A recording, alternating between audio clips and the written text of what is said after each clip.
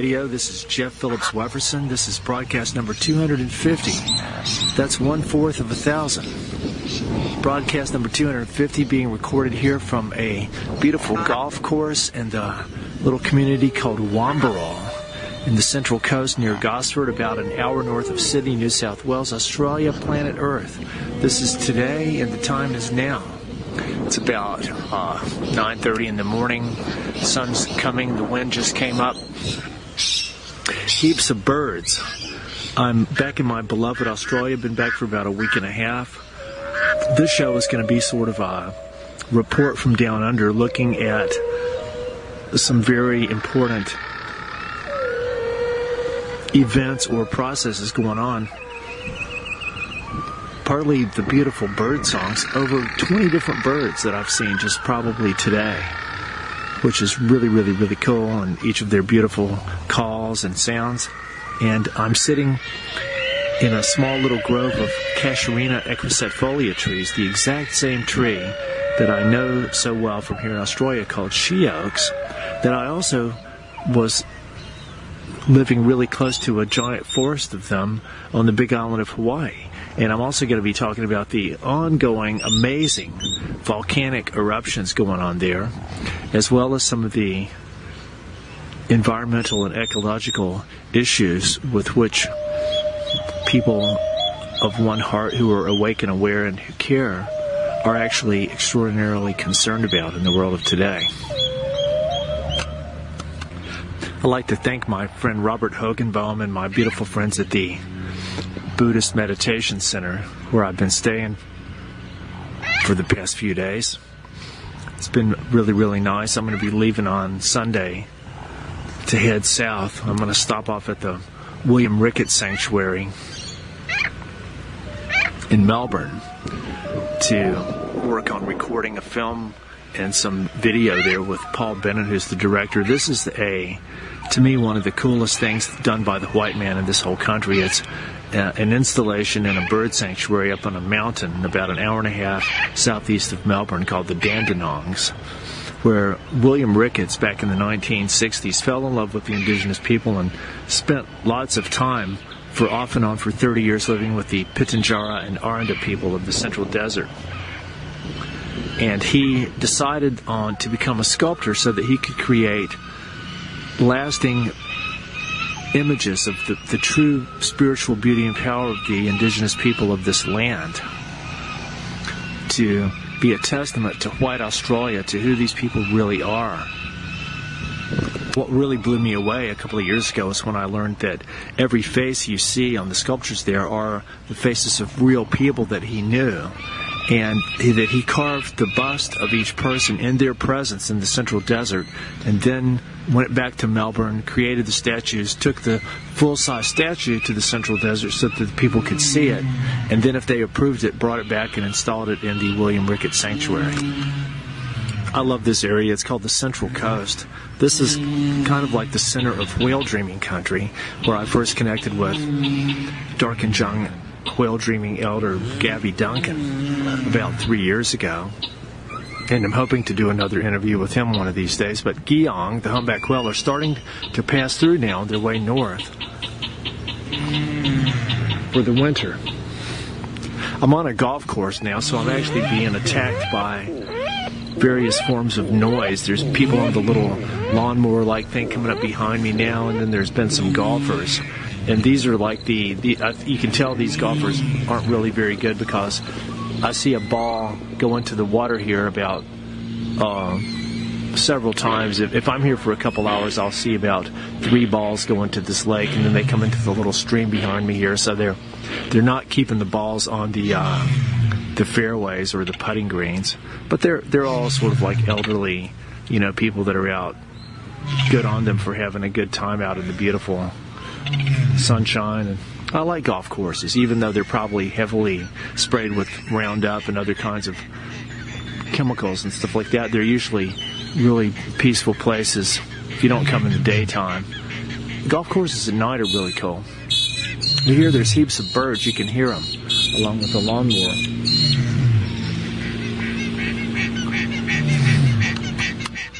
Now I've got two kinds of noise attack, the lawnmower thing that does the putting greens, and then a guy with a gasoline-powered blower on his back over there blowing off the sidewalk. People just have no conception of noise pollution. But the birds in this area are so amazing. And this is a partial list of all the ones I've seen and heard. Most of just this morning, but in the past couple of days I've seen all of these. White cockatoos, galahs, rosellas, lorikeets. All four of those are types of parrots. Magpies, butcherbirds, bowerbirds, mynas, herons, currawongs, pelicans, doves, plovers, ducks, willy wagtail or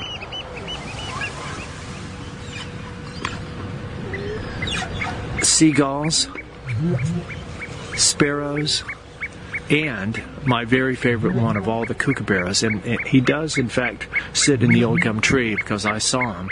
But the one most close to me, like when I first came here to my little spot this morning, there was one that sits on the country club sign just about 3 meters from me, so we accidentally scared him off. But usually you can get really close to him.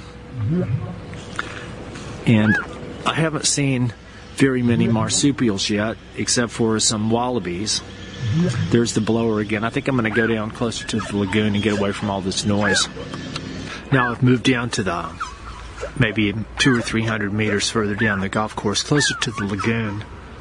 There's a bit of traffic noise here, but it's relatively quiet. I'm sitting on a very soft mat or a carpet of she-oak needles, which is very, very, very soft and mushy. I'm sitting near some little fingers of water, which I think is the innermost recesses of the Wamboro Lagoon, which I've never actually looked at an aerial photograph of it, but it's quite complex and quite large. Usually I go out, and I'm lucky enough to have a nice mountain bike to ride here too.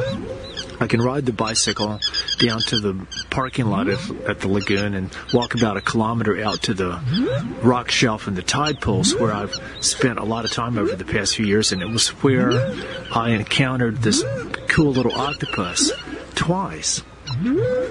Where the first time I accidentally stuck my hand out and touched his tentacle by accident, and then a few months later I was in the same rock pool and I stuck my arm out, not even thinking about the octopus, and his little tentacle came out and touched me. It was like he remembered me. It was one of my coolest encounters with fellow beings of the animal kingdom. But so I just saw a family of maybe about 12 ducks. They kind of moved away from me whenever I came into their little sacred area here. But anyway, it's so nice to be back in Australia. I can't tell you how much I'm loving it. And being around all the birds and the parrots and just the wide openness of everything. And as much as I love Madame Pele and the volcanoes and everything, I'm glad to not be walking on lava all the time, because it really tears up your shoes, and you get used to it. But like everywhere you go there on the Big Island, at least in the area where I was in Pahoa, it's all, I mean, sure, there's soil underneath the grass and stuff, but there's pieces of lava sticking up everywhere. I mean, what do you expect from living on the largest and most active volcano in the world? So that brings me to one of the main things I wanted to talk about on the show, is the ongoing volcanic activity that is just so, I mean, to me, it's so novel and freaky to be around it. I've visited quite a few volcanoes in my life, and I visited White Island, New Zealand's only active volcano, which is an island about an hour and a half northeast of Whakatane in the Bay of Plenty. And Ruapehu is not dormant, although I haven't ever seen it actually erupt. And I lived close to the base of Rucapian, or what the Europeans call Villarrica, near Pucón, Chile in 2006. They say that's the third most active volcano in the world, with Kilauea, their Volcanoes National Park on the Big Island of Hawaii, being the most active. But, I've sort of covered all this before, but about a month ago, we went up to volcanoes and were able to see the lava spurting up from the lava lake down inside the Halemaumau crater, which is down within the Kilauea caldera. Saw that, and then just a few days later, the floor of the Pu'uo'o crater, which is about 10 miles from there, it collapsed almost simultaneously with the collapse of the floor of Halemaumau. So what happened was you had two volcanic cones that were about 1,000 meters deep that both emptied themselves of magma relatively quickly. Now I've seen everything. What we're hearing now, it's a blower. It's just like a giant blower that people walk around with to blow a parking lot, only it's so big that it's actually being pulled as a trailer behind a giant lawnmower, and it's got a giant duct blowing out the back, and the dude's just driving along blowing off the sidewalks and shit. I've never ever seen something like this before. What the fuck are they going to think of next? It's unbelievable.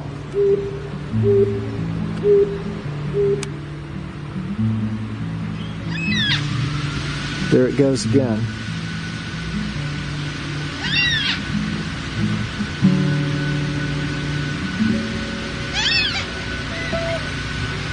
None of this ridiculous bullshit would be possible if dumbasses weren't willing to do it as their job. If they couldn't find anybody to do it, it wouldn't happen. And about 3 days after both of these lava reservoirs collapsed and the lava just disappeared underground, then we had the giant 6.9 quake that happened while I was making juice in my apartment. Then that really shook. Oh my God, that was major, and it was the psychological aftershocks are even greater than the physical ones, because you just don't know what to expect next, what the implications of it might be. But you really felt like something broke loose down inside the earth. Then, a few days after that, you had the fissures started opening down at Leilani Estates, which is now up to about 24, and it's starting to not only just fountain up like 50 meters high in several places, and also 2 different rivers of lava are flowing into the ocean, but also it's starting to form lava ponds. So it looks like this is going to be the creation of a major new volcanic complex that might even have one or more pretty serious size cones. I mean, with the way things are going,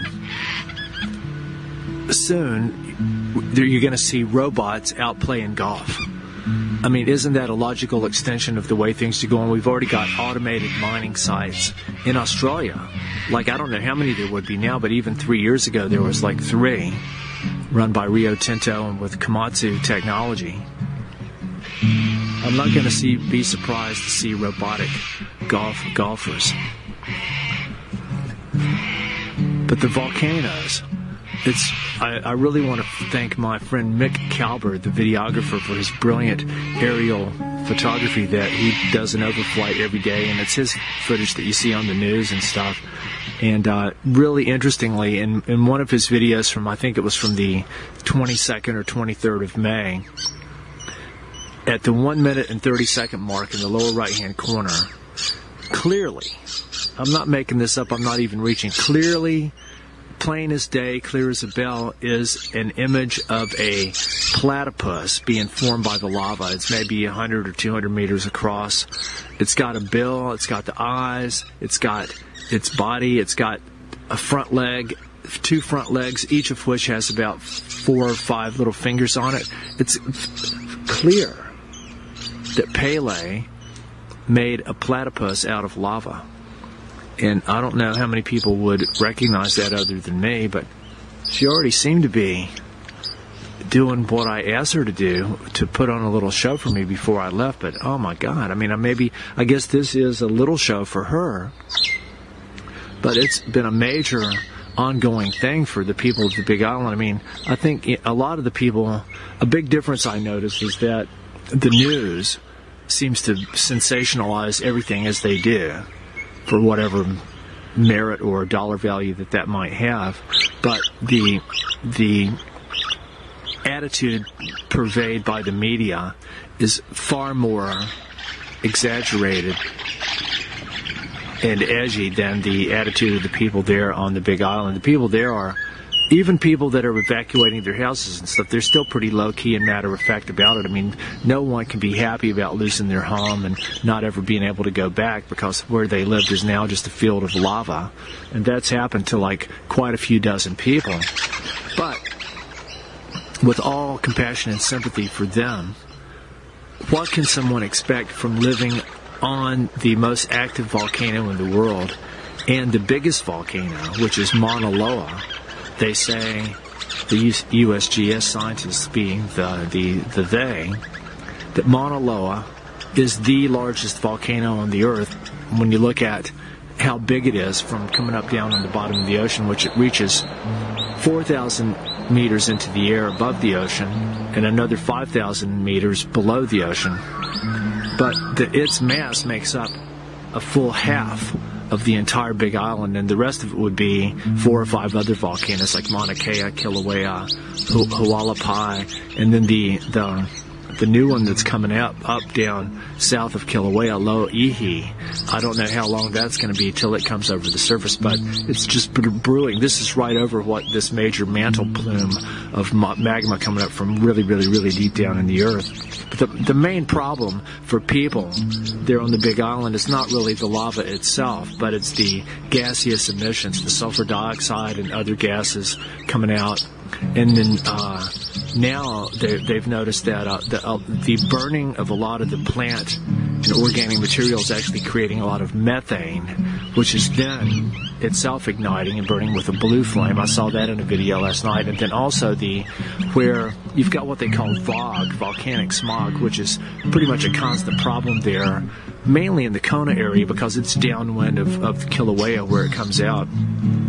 You never hear about VOG in any Hawaiian tourism information. But in addition to the VOG and a lot of the sulfur dioxide emissions, as well as the particulate matter of the ash falling from the sort of billowing eruptions up there at Kilauea, from where the water is going in and the size of the crater collapsing in, you've also got this stuff called laze, which I think is lava haze, from where the lava enters the ocean. It puts out a billowing white cloud of steam, but it's also got hydrochloric acid and microscopic particles of volcanic glass. So you don't want to be breathing that shit. And it reminds me of the longest word in the English language, not counting if you write out the name of chemical compounds and not counting place names, but the longest scientific word in the English language is pneumono-ultramicroscopic silico-volcanoconiosis, which is a rare lung disease that you get from inhaling microscopic particles of volcanic dust. So people on the Big Island may in fact be susceptible to coming down with pneumono-ultramicroscopic silico-volcanoconiosis. We'll have to come up with some remedies for that. The longest non-scientific word in English is one, I don't know if I've ever said it on the show before. It's called floccinausinihilipilification. I'll spell it. That's FLOCCINIHILIPILIFICATION. Floccinausinihilipilification. It's a term from British auctioneering from the 1800s that means the act of estimating something to be worthless. So how funny is that? That you've got the longest word in English means the act of estimating something to be worthless. So if you had something up for an auction and you said, like, well, you know, this thing here, you can just have it free because it's worth nothing, you just floccinausinihilipilificated it. I've been floccinausinihilipilificated myself a few times by certain people whose names I won't mention, declaring that I am worthless. A worthless bastard. Anyway, it's just so special to have been there to witness. Well, I didn't actually see a lava flow in person because I wasn't able to get close enough to it, but I smelled it. the smell of that sulfur dioxide smell, oh my God, it sent a shockwave through me in the middle of the night. But mainly because of Mick's brilliant aerial footage. And also, I asked him if he was able to get some high-quality audio recordings without the helicopter noise, and he said yes. So that's, I mean, this is a really cool contact. I'm sure I'll be able to interview him in person when I go back to Hawaii, and maybe a Skype interview as soon as things settle down on the Big Island, but they don't seem to be. It's just been going full blast for 3 weeks. It doesn't seem to be letting up. He said that it looks like a new vent is opening halfway between the Leilani-based fissure system and the ocean, and that a hotspot was forming up on Chain of Craters Road, which is about halfway up from where it's flowing into the ocean to Kilauea, but sort of away from where all the activity is happening now. I mean, when you think about it, it's a volcano and it's honeycombed with lava tubes all underneath, a lot of which may be mapped and understood, but a lot of it may not be. And these systems are constantly changing, subject to magma and lava flow and tectonic motion and gravitational disruption and collapse of lava tubes, and just, I mean, it's a growing living being, and she's given birth to new land, which is a very, very, very sacred process. And it's been my honor to be there during that time, and my heart goes out to everyone who's lost their home, and I hope everybody stays safe and sound and has clean air to breathe. But you are living on the most active volcano in the world.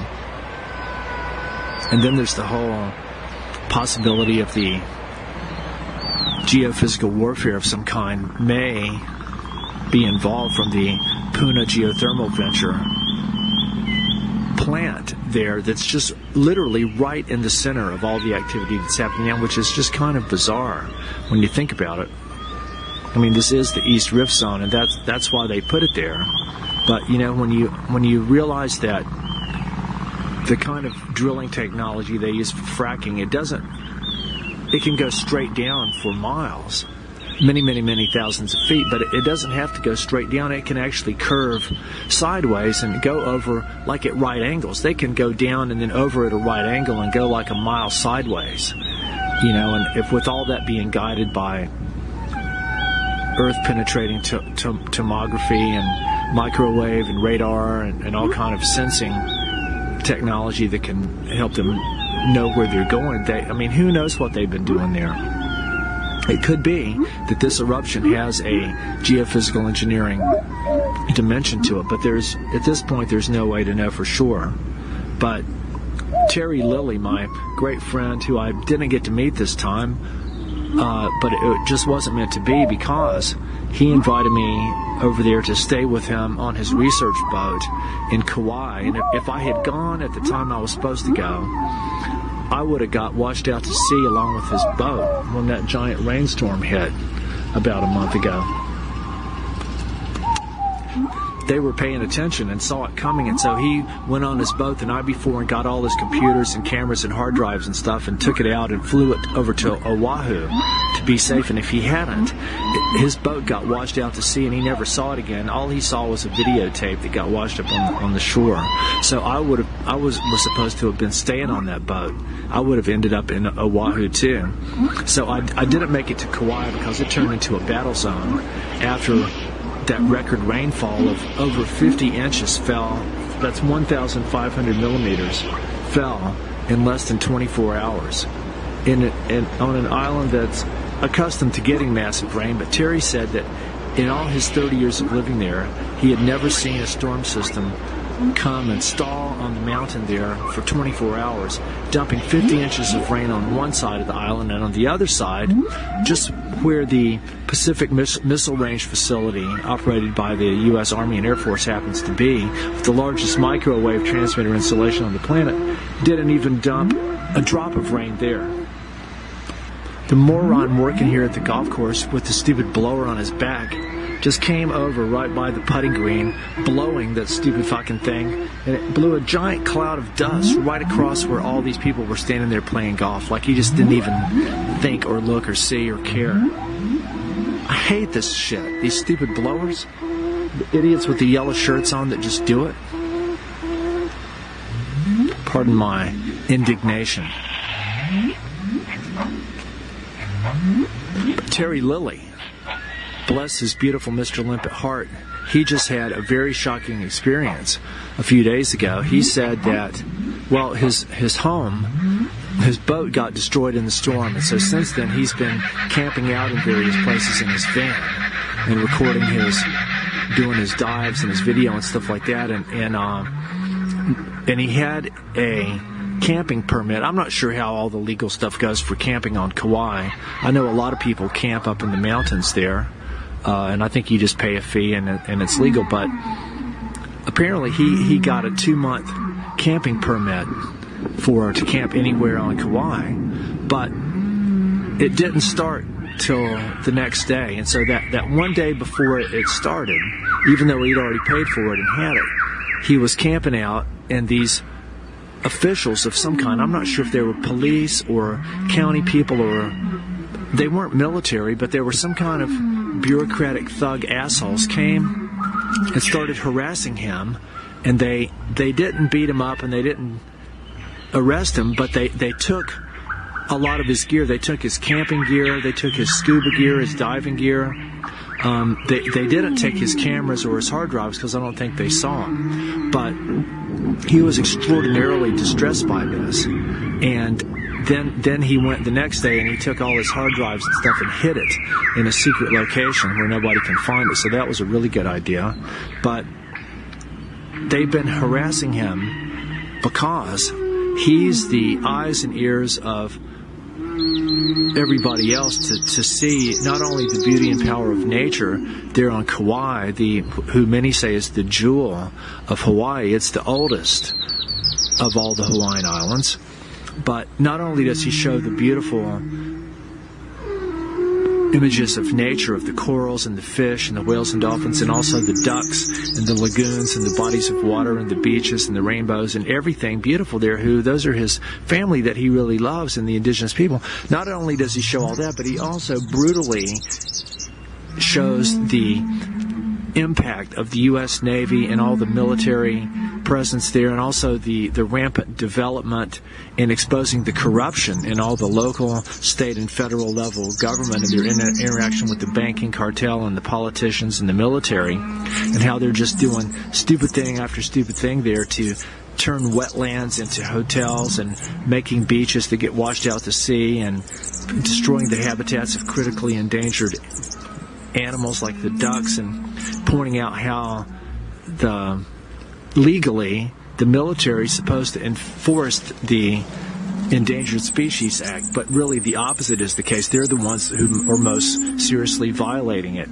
and all kinds of legal stuff about with the naval war games there, RIMPAC coming up, and his work a couple of years ago pretty much showed unequivocally that the destruction of all the corals is being caused not by the evil bogey of climate change, but by the microwave weapons systems and technologies used by the Navy there at the PMRF, which is one of the largest microwave transmitter installations on the planet. So he's like a thorn in the side to all these people. And he said he's had his arm broken before and had his life threatened, but yet he can sit down and meet with all these military people. So they have a degree of respect for him, or at least that's one of the faces they give him. But, who knows who sent these people to harass him. So he's involved in a whole lot of legal stuff now, including with the FBI. And, because what they did to him was completely illegal. Completely. But he's lucky that he's still alive. But now he said that he's just like trying to find somewhere to stay, and I'm sure there's a lot of people there that would give him a place to stay, but I think there's a part of him that doesn't want to be around people, and I can really understand that. I mean, Terry, you don't want to put yourself at risk by avoiding people too much, because there are a lot of nice people there that want to help you, but I know fully what you mean about feeling a lot more comfortable around the birds and the bees and the flowers and the trees and the moon up above, because they have a lot more of that thing called love than most people do, regardless of what they say. By their fruits you shall know them. So anyway, send a lot of love for Terry Lilly. I call him Mr. Limpet. He's done an amazing amount of work on behalf of Ohana Moana and all of our family of life in the ocean.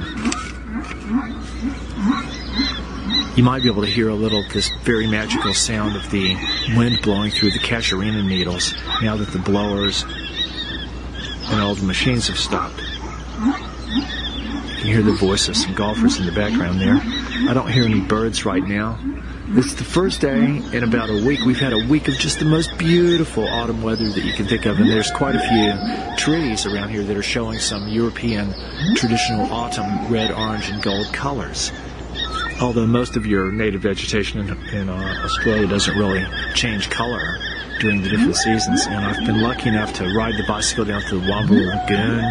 I'm going to go here after I edit my show and upload it for Jules Stanley at UCY TV. I'm going to go and gather some go-to colas out from the Wamberal wetland area to get going for my beautiful friends Judy and Trevor Turnbull, who I met the other day. There's a very sacred mountain about an hour and a half from here called Mount Yango that's sort of like the Uluru to the East Coast indigenous people. And I haven't visited there yet, but Gavi Duncan, the Darkinjung Whale Dreaming Elder, has been saying that he would take me there. Later in May, they do have a... wow, I wonder if it might even be this weekend. They might be having their gathering up there. How interesting. But on this last trip to Australia last year, I was able to visit a bunch of really cool places, and two really powerful places that I had never been to before. The Warrumbungles in extreme northwestern New South Wales to visit Malcolm Harley and the Comet Astronomers, and Kata, or Kangaroo Island, which I had never visited before in all of my 18 years. And on that same trip, I went back to Yumbanoon, or Magnetic Island, and then I visited Darwin for the first time since 2010. Saw my beautiful friends Peter Chumley and Ursula and Greenie and a bunch of really cool people there, and Gregor Aquarianoker and Nimby. And then I got to go to Uluru and Katajuta for the first time since 2004. And that was really, really, really special. But speaking of Yumbanoon, or Magnetic Island, my beautiful friend Uncle Arthur Johnson passed away last week, and he's the elder of the Walguru Kaba people, who, if you've seen my website, you'll see a picture of him holding a wooden dolphin that I helped him to paint. And I met him 3 years ago when Rick and Nell let me stay at their place, and Uncle Arthur happened to be there, and I had made a painted rock for him, and I gave it to him, and he fell in love with it and asked if he could come over so I could show him how to paint. So almost every day for the next 3 weeks, he came over and we painted together, sitting outside beneath the beautiful casuarina trees in the sunshine, and I really felt ancestors smiling on us big time. It was a very, very special thing, and he was already getting a little frail. He was probably about 77, 78 years old. But I just learned last week that he passed away because he'd been in and out of the hospital. But I'm definitely carrying on the tradition of painting dolphins and turtles, and I hope to see him again on his journey. And I'd also like to honor the spirit of Uncle Bob Randall, who was one of the custodians of Uluru, who, if you've seen my Facebook profile, that rock is a picture of the painted rock I made for him after I saw him in a John Pilger documentary called Utopia. I really loved his spirit and what he had to say. It's like he was kind of like the Dalai Lama of the indigenous Australians and a spokesperson for indigenous people everywhere. And I was going to go and give him this rock, and he passed away before I could get there. So last year I was able to meet his widow, Barbara Randall, and interview her for my show. And also at Uluru, at Katajuta, I met Keisha Randall, his favorite granddaughter, as well as Pamela Taylor, an awesome artist who was painting the Seven Sisters Dreaming.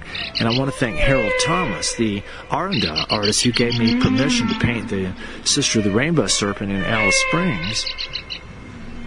He also designed the Aboriginal flag in 1970 and is a very highly accomplished landscape painter himself. And I'm also hoping to make it to Adnamanta country in the Flinders Ranges and see Uncle Ron Coulthard, who's been a vigorous opponent of all the uranium mining there, and maybe Uncle Ken McKenzie, the Christian folk singer, and maybe Dean and Lizzie Rashid, who used to run the resort at Wapena Pound, and Doug Sprigg at Arkaroola. And I have a cosmic question to leave on, because I've been staying at a Buddhist meditation center and learning a lot about Buddhism, and also doing some interviews with my friend Robert Hogenbohm about the Gurdjieff work. And these are sort of two quite different spiritual psychologies or philosophies or approaches to being here now in a way that's not purely materialistic, as so much of our society is. But they're sort of different schools of thought or arguments or perspectives on the nature of reality and what is an illusion versus what is a delusion. And it seems to me that when it really comes down to it, what works for me is that whatever seems real at the time actually is, for all practical purposes, real. And that pretty much covers all the bases, but, it doesn't try to boil anything down to this or that and to say that this is real and that's not, or that's an illusion but this is a delusion. So if it seems real to you at that moment in time, it may as well be. But, I guess that's the difference between an illusion and a delusion, is that the illusion is you're aware that it may be a mere epiphenomenon of your mental neural activity, or it may be like a mirage, an optical illusion or something like that, something that it appears to be different than what it actually is. But you know that it, or at least you're asking the question about how real it is. So you're not gonna, if you see a giant pink elephant blocking your path, but you know it's an illusion, you're not necessarily going to get out of its way.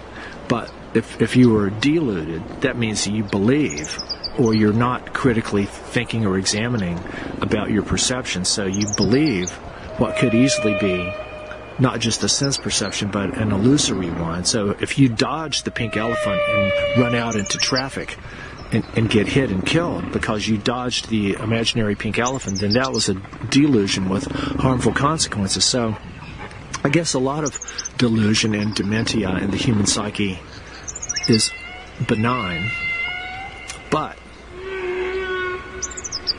I would say the vast majority, if not all of our astronomical quantity of destructive behaviors across the full spectrum of everything we do, that is almost exclusively driven by delusion and dementia.